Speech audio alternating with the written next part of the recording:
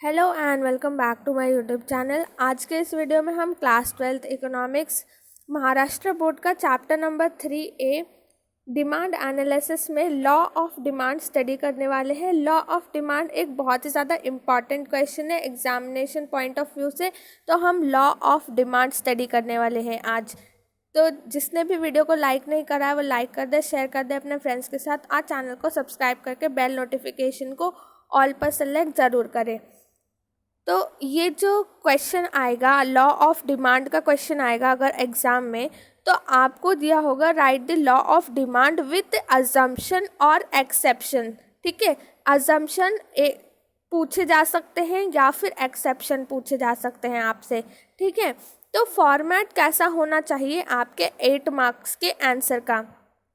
तो जो आपका 8 मार्क का आंसर जो इन डिटेल का आंसर होता है वो बहुत ही ज़्यादा लेंदी होता है और उसमें 8 मार्क्स कैसे डिवाइड करके आपको दिए जाते हैं। ठीक है, तो इसलिए आपका जो पैटर्न होना चाहिए राइटिंग का वो ऐसा होना चाहिए कि पहले आपको इंट्रोडक्शन लिखना है। ठीक है, उसके बाद में आपको स्टेटमेंट लिखना है और उसके बाद में आपको शेड्यूल बनाना है। शेड्यूल को बनाकर शेड्यूल को ही एक्सप्लेन करना है। ठीक है, शेड्यूल को बनाकर शेड्यूल को एक्सप्लेन करना है। उसके बाद में आपको डायग्राम बनाना है और फिर वो जो डायग्राम है उसको एक्सप्लेन करना है। और लास्ट में आपको अगर पूछा है अजम्पशन तो आप अजम्पशन को एक्सप्लेन करेंगे और अगर एक्सेप्शन पूछा है तो आप एक्सेप्शंस को एक्सप्लेन करेंगे। ठीक है, तो ये है फॉर्मेट ऑफ द आंसर। अब हम लॉ ऑफ डिमांड स्टडी करेंगे। मैंने सेम फॉर्मेट में ये वीडियो सेट किया है आपके लिए। ठीक है, तो फर्स्ट हम लॉ ऑफ डिमांड का इंट्रोडक्शन देखेंगे। ठीक है, लॉ ऑफ डिमांड का इंट्रोडक्शन में हमें लिखना है कि ये जो लॉ ऑफ डिमांड है ये इंट्रोड्यूस किया था प्रोफेसर अल्फ्रेड मार्शल ने in his book principles of economics in the year 1890। ठीक है, तो ये हमें इंट्रोडक्शन के पार्ट में लिखना ही लिखना है। और ये जो लॉ है वो एक्सप्लेन करता है functional relationship between price and the quantity demanded. हमने पहले ही पढ़ा है जब मार्केट डिमांड और इंडिविजुअल डिमांड हमने स्टडी किया था, तो उसमें भी हमने इन्वर्स रिलेशनशिप पढ़ा था। ठीक है, जैसे अगर प्राइस लो है तो क्वांटिटी डिमांडेड हाई होगा और अगर प्राइस हाइयर है तो quantity demanded will be lower. तो यहाँ पे लास्ट लाइन में इंट्रोडक्शन की आपको क्या लिखना है, the law explains the functional relationship between price and quantity demanded. Law क्या एक्सप्लेन करेगा, लॉ हमें एक्सप्लेन करने वाला है प्राइस और क्वांटिटी डिमांडेड के बीच में जो रिलेशनशिप है वो हमें एक्सप्लेन करेगा। लॉ के अंदर हमें एक्सप्लेन करने वाला है। ठीक है, नेक्स्ट है statement of the law. Statement of the law आपको लिखना है। उसके बाद स्टेटमेंट ऑफ द लॉ के अंदर आपको अल्फ्रेड मार्शल का स्टेटमेंट लिखना है और ये वाला जो स्टेटमेंट है आपका according to professor Alfred Marshall ये एज इट इज़ होना चाहिए। ठीक है, इसमें कोई भी आप अपने एडिशनल वर्ड्स ऐड नहीं कर सकते हैं। तो सेम जैसे आपकी टेक्स्ट बुक में लिखा है आप वैसे ही इसे एज इट इज़ लिखेंगे आपके बोर्ड एग्ज़ाम में, क्योंकि ये परफेक्ट होना चाहिए। एग्जामिनर आपसे बस स्टेटमेंट एज इट इज़ मांगता है। ठीक है, और बाकी का है तो आप थोड़ा सा शफल कर सकते हो लेकिन स्टेटमेंट नहीं कर सकते। तो प्रोफेसर अल्फ्रेड मार्शल का स्टेटमेंट है अदर थिंग्स रिमेनिंग कांस्टेंट और बीइंग इक्वल। इक्वल और कांस्टेंट दोनों भी एक ही वर्ड है। ठीक है, इनके बस जो मीनिंग है वो सेम है, कांस्टेंट और equal. Higher the price of a commodity, higher the price of a commodity smaller is the quantity demanded. यानी कि जितना हाई प्राइस होगा एक कमोडिटी का तो smaller is the quantity demanded, उतनी कम डिमांड होगी उस पर्टिकुलर कमोडिटी की। ठीक है, lower the price of a commodity larger is the quantity demanded, lower the price of a commodity. अब यहाँ पर जितना कम प्राइस होगा एक कमोडिटी का उतना ही ज़्यादा क्या होगा, उसका जो डिमांड होगा वो ज़्यादा होगा। मतलब यहाँ पे इन्वर्स रिलेशनशिप है between price and the quantity demanded.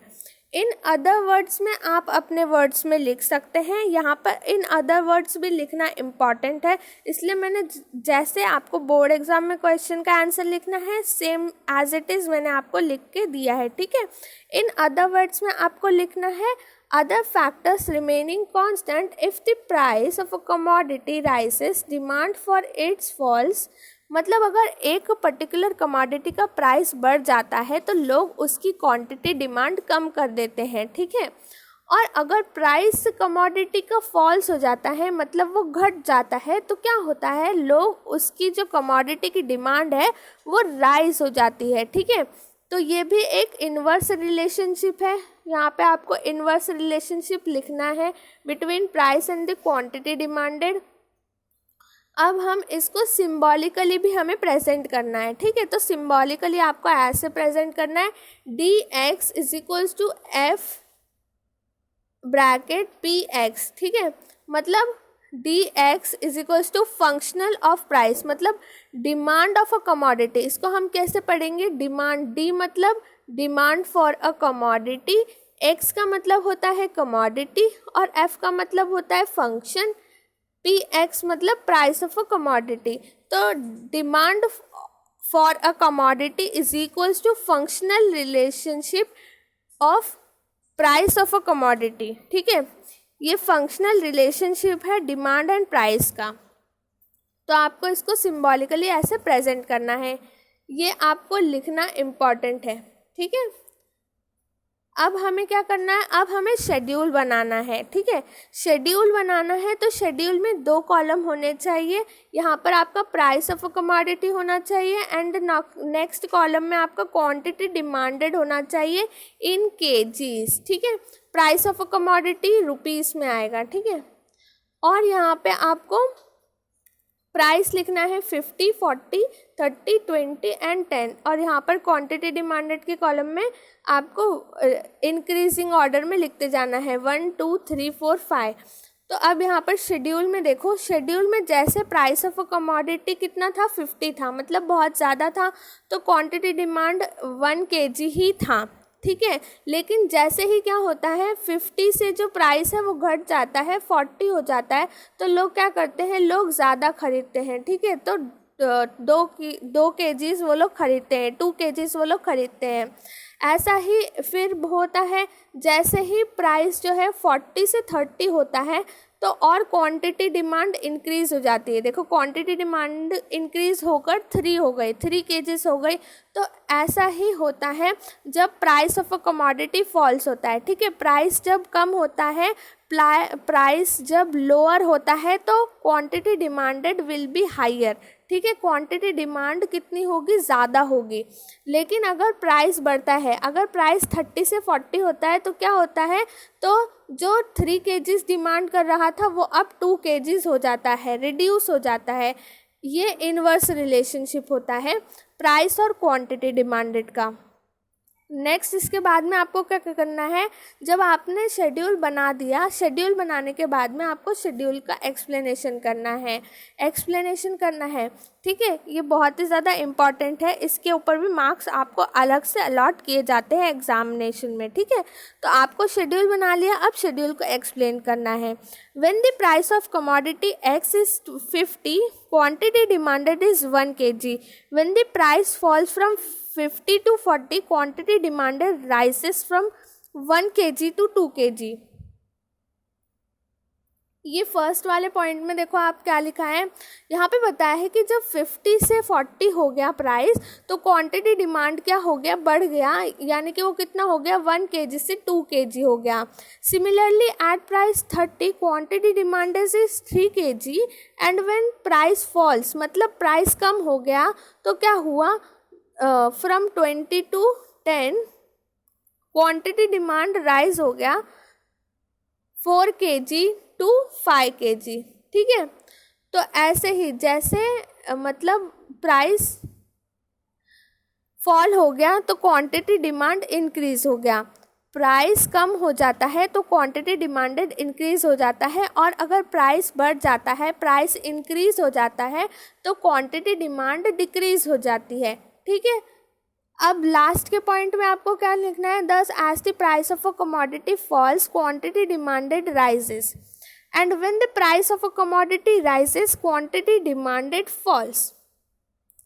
This shows an inverse relationship, ये आपको लिखना है, ठीक है। इनवर्स रिलेशनशिप दिखाता है किसके बीच में, प्राइस और क्वांटिटी डिमांडेड, ये दोनों के बीच में ये इनवर्स रिलेशनशिप बताता है। नेक्स्ट आपको अब यहाँ पर क्या करना है, जो हमने शेड्यूल देखा था वही शेड्यूल का यहाँ पर डायग्राम बना देना है, ठीक है। ये डायग्राम आपको बनाना है, इसके ऊपर भी अलग से आपको मार्क्स अलॉट किए जाते हैं। डायग्राम नीट एंड क्लीन होना चाहिए और पेंसिल से ही बनाना है डायग्राम को एग्ज़ाम में, पेन से नहीं बनाना है। अब यहाँ पे हमने एक्स एक्सिस पर क्या मेजर किया है, quantity demanded in kgs measure किया है, और वाई एक्सिस के ऊपर हमने प्राइस मेजर किया है। और आप डाउनवर्ड एरो देख सकते हैं, डिमांड कर्व का डाउनवर्ड है फ्रॉम लेफ्ट टू राइट, ठीक है, लेफ्ट टू राइट ये डाउनवर्ड एरो है। तो क्या हो रहा है, जैसे ही प्राइस डिक्रीज हो रहा है तो क्वांटिटी डिमांडेड इंक्रीज हो रहा है। ये देखो 50 से क्या हुआ, 40 पे आया प्राइस, तो क्वांटिटी डिमांडेड बढ़ गया, कितना हो गया, क्वांटिटी डिमांडेड 2 kgs हो गया। तो ऐसा ही होता है, जब प्राइस डिक्रीज होता है तो क्वांटिटी डिमांडेड इंक्रीज हो जाता है, और प्राइस इंक्रीज होता है तो क्वांटिटी डिमांडेड डिक्रीज हो जाता है। ये डायग्राम बनाने के बाद में हमें इस डायग्राम को भी एक्सप्लेन करना है। डायग्राम को एक्सप्लेन करने के लिए फर्स्ट जो पॉइंट है उसमें लिखना है एक्स एक्सिस पर हमने क्या रिप्रेजेंट किया। एक्स एक्सिस पर हमने रिप्रेजेंट किया demand for the commodity, and Y axis पर हमने क्या रिप्रेजेंट किया था, प्राइस। उसके बाद में आपको लिखना है D D is the demand curve which slopes downward from left to right due to an inverse relationship between price and quantity demanded, ठीक है। अब ये जो डी डी कर्व था वो मैंने आपको बताया वो डाउनवर्ड था, ठीक है, डाउनवर्ड है और वो लेफ्ट से राइट में डाउनवर्ड है, ठीक है। ये आपको लिखना है, ये मेंशन ज़रूर करें, ठीक है। D D is the demand curve slopes downward from left to right due to an inverse relationship between price and quantity demanded. ये आपका एक्सप्लेनेशन हो गया डायग्राम का। अब आपको क्या एक्सप्लेन करने हैं, अब आपको अजम्पशंस एक्सप्लेन करने हैं। अब हमें लॉ के जो है अजम्पशंस को एक्सप्लेन करना है। तो फर्स्ट वन है कांस्टेंट लेवल ऑफ इनकम, ये फर्स्ट अजम्पशन है, ठीक है। लॉ बेस्ड होता है वेरियस अजम्पशंस के ऊपर। तो फर्स्ट अजम्पशन है कांस्टेंट लेवल ऑफ इनकम। यहाँ पे बोला है अगर डिमांड, लॉ ऑफ डिमांड को ऑपरेट करना है तो कंज्यूमर की इनकम रिमेन कांस्टेंट ही रहनी चाहिए, उसमें इंक्रीज नहीं होना चाहिए। अगर एक पर्सन की इनकम में राइज होता है तो वो कोई भी कमोडिटी का डिमांड क्या हो सकता है, राइज हो सकता है, क्योंकि उस पर्सन की इनकम बढ़ गई है तो वो किसी भी प्राइस के ऊपर क्वांटिटी डिमांड कर सकता है, तो क्वांटिटी डिमांड इंक्रीज हो जाएगी। और इसलिए हमें ऐसा नहीं होना चाहिए। लॉ को एप्लीकेबल करने के लिए बताया है कि कांस्टेंट लेवल होना चाहिए इनकम का। नेक्स्ट है no change in the size of population. It is assumed that the size of the population remain unchanged. Any change in the size and the composition of the population remain unchanged. Population of a country affects the total demand for the product, ठीक है। यहाँ पे जो size of the population है वो नहीं change होना चाहिए। मैंने आपको बताया था अगर 60% जो यंगर जनरेशन है, यंगर पॉपुलेशन है, और अगर 20% चिल्ड्रंस की पॉपुलेशन है तो वो रिमेन कांस्टेंट होनी चाहिए, उसमें कोई भी चेंज नहीं आना चाहिए। अगर जो चिल्ड्रंस की है पॉपुलेशन वो बढ़ जाती है तो चिल्ड्रंस की कमोडिटी की डिमांड ऑटोमेटिकली बढ़ जाएगी। तो इससे क्या होगा, प्राइस इंक्रीज हो रहा है, डिक्रीज हो रहा है, इससे उसका कोई मतलब नहीं रहेगा। तो इसलिए बताया है कि जो पॉपुलेशन है वो रिमेन अनचेंज रहनी चाहिए, वो बिल्कुल भी चेंज नहीं होनी चाहिए। नेक्स्ट जो असम्पशन है उसमें बताया है prices of the substitute goods, जो प्राइस है सब्स्टिट्यूट गुड्स के वो कांस्टेंट होने चाहिए, ठीक है। ऐसा नहीं है कि शुगर का प्राइस इंक्रीज़ हो गया तो लोग जैगरी के ऊपर स्विच कर सकते हैं, ऐसा नहीं होना चाहिए। जो सब्स्टिट्यूट गुड्स के प्राइस है वो भी सेम रहने चाहिए, उसमें कोई भी चेंज नहीं आना चाहिए। अगर कोई भी चेंज आता है price of the substitute goods पे तो वो डिमांड ऑफ द कमोडिटी को अफेक्ट करेगा। लेकिन यहाँ पर हमें सिर्फ और सिर्फ प्राइस का इंक्रीज़ और डिक्रीज़ होगा, उस वजह से ही क्वांटिटी डिमांड में चेंज आए, यही हमें लॉ के अंदर बताया है। इसीलिए अज्यूम कर कर चलना है कि price of the substitute goods remain constant. Next इसके बाद में फोर्थ अजम्पशन है price of the complementary goods. यहाँ पर कॉम्प्लीमेंट्री गुड्स दोनों भी साथ में जो हम कमोडिटी खरीदते हैं एक सिंगल वांट को सेटिस्फाई करने के लिए, फॉर एग्ज़ाम्पल कार और फ्यूल का एग्ज़ाम्पल है कॉम्प्लीमेंट्री गुड्स के अंदर। तो अगर फ्यूल के प्राइसेस राइज होते हैं तो लोग क्या करते हैं, लोग कार की डिमांड को कम कर देते हैं, ठीक है। लेकिन यहाँ पर ऐसा नहीं होना चाहिए। Price of the complementary goods remain constant. यहाँ पे फ्यूल के प्राइसेस सेम रहने चाहिए, कांस्टेंट रहने चाहिए। यहाँ पर उनके प्राइस में इंक्रीज डिक्रीज नहीं होना चाहिए, ठीक है। नेक्स्ट वाला जो असम्पशन है वो फिफ्थ असम्पशन है, no expectations about the future changes in the price. अब यहाँ पर लोग ऐसा नहीं सोचने चाहिए कि जो फ्यूचर है उसमें चेंज होगा प्राइस ऑफ द कमोडिटी में। तो लोग क्या करते हैं, लोग सोचते हैं कि फ्यूचर में इंक्रीज़ होने वाला है प्राइस तो अभी मैं ज़्यादा क्वांटिटी खरीद कर रख लूँ, तो इससे क्या होगा, क्वांटिटी डिमांड में अफेक्ट आएगा। इसीलिए बताया है कि जो एक्सपेक्टेशंस है अबाउट फ्यूचर प्राइसेस वो उसमें कोई भी चेंजेस नहीं आना चाहिए और लोगों को ऐसा नहीं सोचना चाहिए। No expectations about the future changes in price. Sixth assumption है, no change in the taste habit preferences fashions etcetera.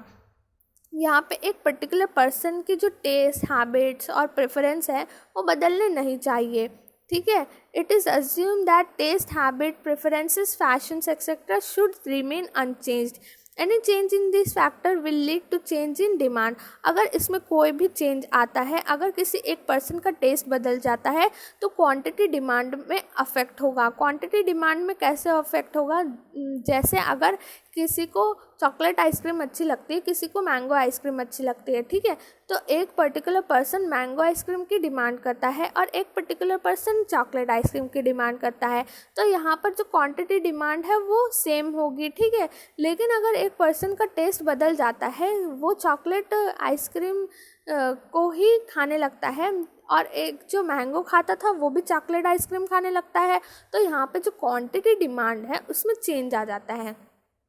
Price यहाँ पे नहीं है क्योंकि यहाँ पर टेस्ट बदल रहा है एक पर्सन का, तो क्वांटिटी डिमांड में इंक्रीज हो जाएगा सडनली, तो ये ऐसा नहीं होना चाहिए। इसलिए इन्होंने बताया है कि जो टेस्ट प्रेफरेंस हैबिट्स है ये सब सेम रहना चाहिए, इसमें कोई भी चेंज नहीं आना चाहिए।